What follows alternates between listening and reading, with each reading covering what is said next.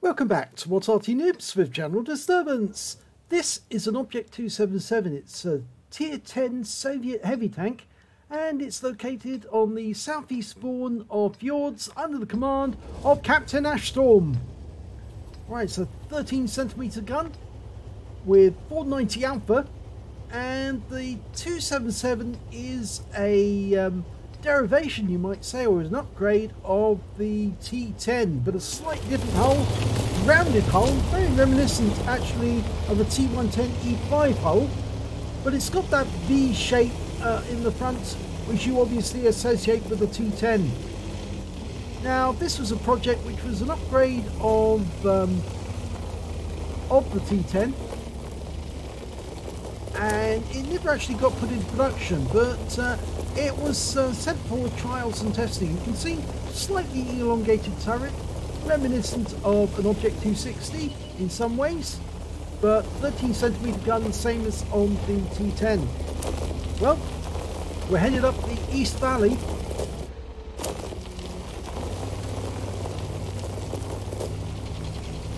So we'll just have to wait to see what's around the corner. We've got some company with us. We're not alone. It's a Whizzing 120, an FP4202 and an ISM a little further back. Okay, this is where it gets interesting. We'll wait to see what's around the corner. Down from him, but we bounced our round as well. It's a nearly 10-second reload, 9.89. And remember, the TVP has got 4 rounds to fire and can dump all those rounds in 4.5 seconds if they're on target. But if they're not, it takes 25 seconds to reload once they're all fired. Now he's moving forward. There's an Object 257 down there as well.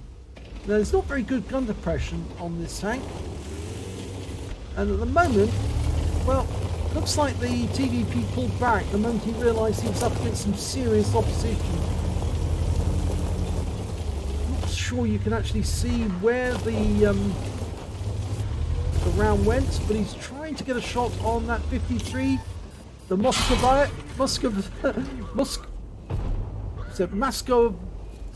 Skigo. Oh, it's taking rounds from the enemy now. Fires one at the Carnarvon but doesn't connect. He got 509 off the 53 TP though. Is it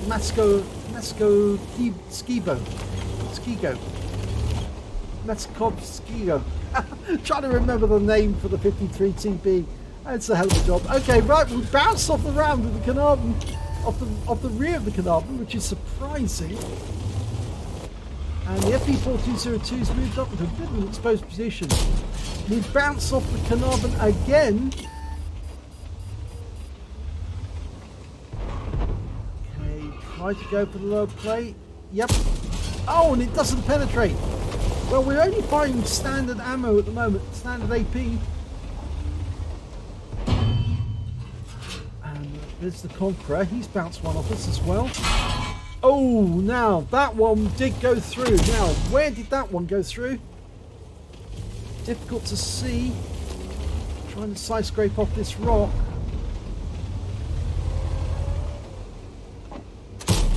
Nope, didn't penetrate. I think now's the time to break out the heat. Yes, exactly what Captain Ashstorm's doing. You're going to need it. Now, this should change things. Oh, no, it didn't go through. And he took a round from the T44. Steel wall now.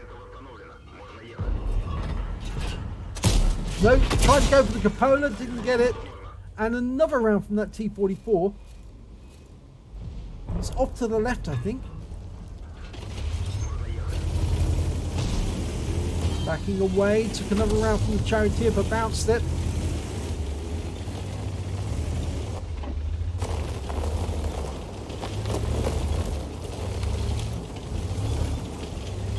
Well, he's certainly blocking a lot of damage, but he's not doing much damage at the moment, and the scores are fairly even. The ISM has moved up into quite a forward position.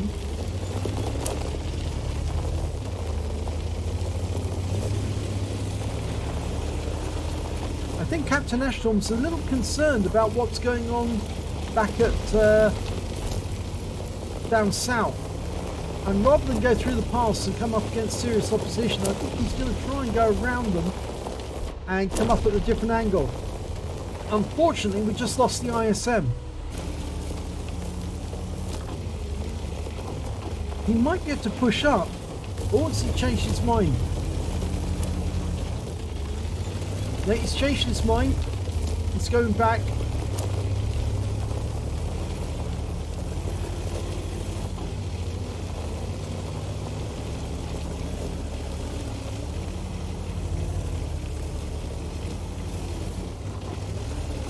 Conqueror's low on hit points. It might be if he can do a concerted push now, he can take some of them unawares. There's the T-44. I said he was slightly to the left. I thought he was. Okay, now. Use the cover of the rocks. Push the corner. Take out the Conqueror. Here he is. Oh, no, he went round the corner. He should have shot when he was... just had his rear exposed. He's going to know we're coming now. Oh, but he's turning to the right. And he's going to try and get around the enemy here. Okay, now, ISU-152, who fires into us, but we ran for 138. We're reloading. Can we get another round into his side? Yes. Loaded. Now, one into his side, but he's killed immediately afterwards by the FB-4202. Now, push the 120. Reloading. Standard AP. Now, we've got behind him. He's also got behind us, but the FB-4202 comes up behind him. Now he's a one-shot. Or is he? No, he's two-shot. But if two of us fire at the same time, he's going to be toast. And yes, he is. Slightly overburnt toast. And we're in operation again. Now, we can push. There's one Arty. So he must be back here somewhere. I'm expecting him to be over the river, somewhere on the right.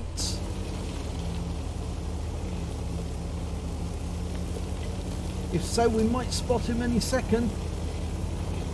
Can always cross the bridge and try and find him. Oh, we've been spotted. There he is. Unfortunately, yes, we can get a shot, and we do, but we take a round from the Progetto.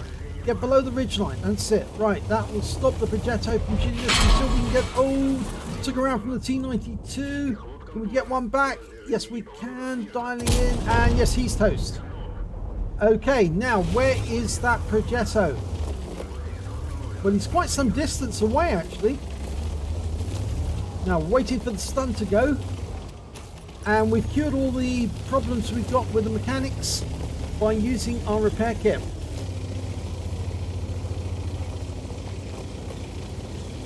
Okay, there's only two enemies left. But the Object 257 is down by the other end of the map. The Wizzy 120 should be able to deal with him, and if he doesn't, then the T-92 can. So the Progetto is going to have to come over here and try and get a reset. Best place to be would actually be underneath those rocks as usual. You can't see them coming, but the moment they do appear, they can't get away from you. They're stuck, basically. They have to get close to see you. Here comes the Progetto. Okay, one into him.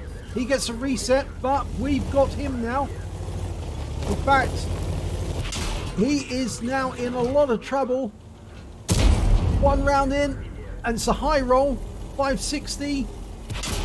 He does get one more on us, but we can turn, we can outshoot him. And he's trying to run away. Oh, we've got to reload. He's turning around to come back. He must have fired all his rounds, and he's just waiting for the first one to go in. We've got a loaded round, and that's it. He's gone. He did fire one into us. Got a hit for 255, but that is the last kill of the game.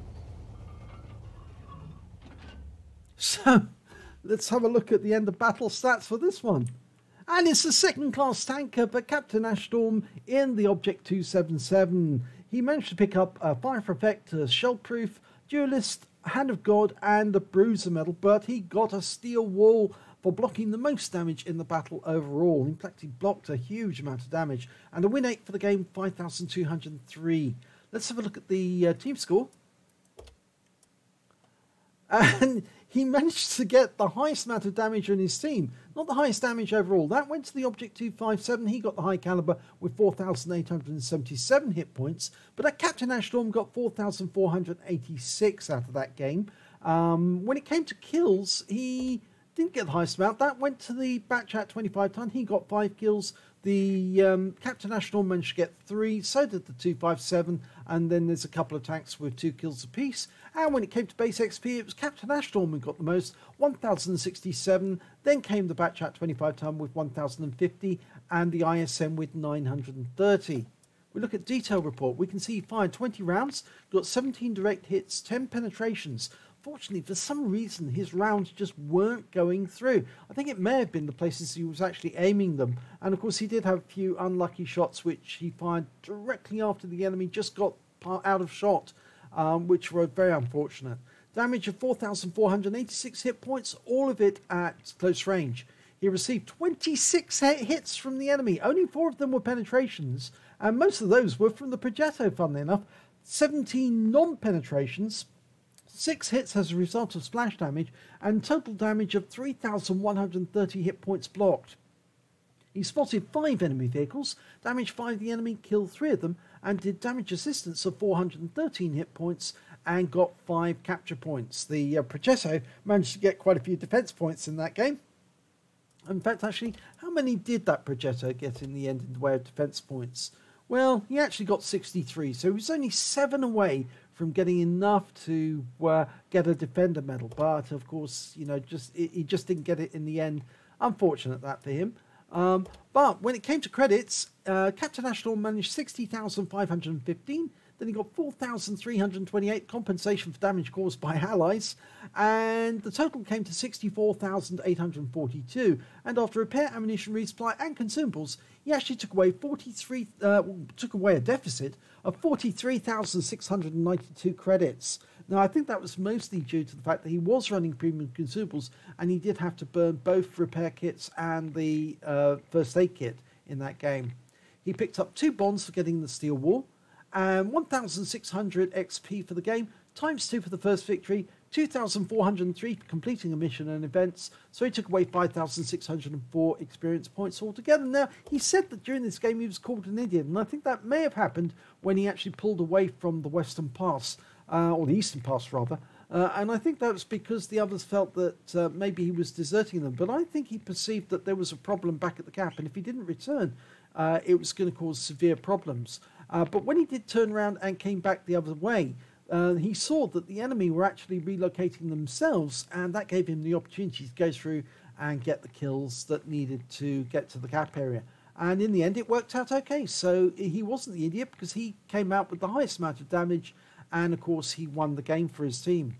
So if you enjoyed that replay, please give it a like and do subscribe to our channel, and hopefully it'll be your replay that I'll be featuring in the next video.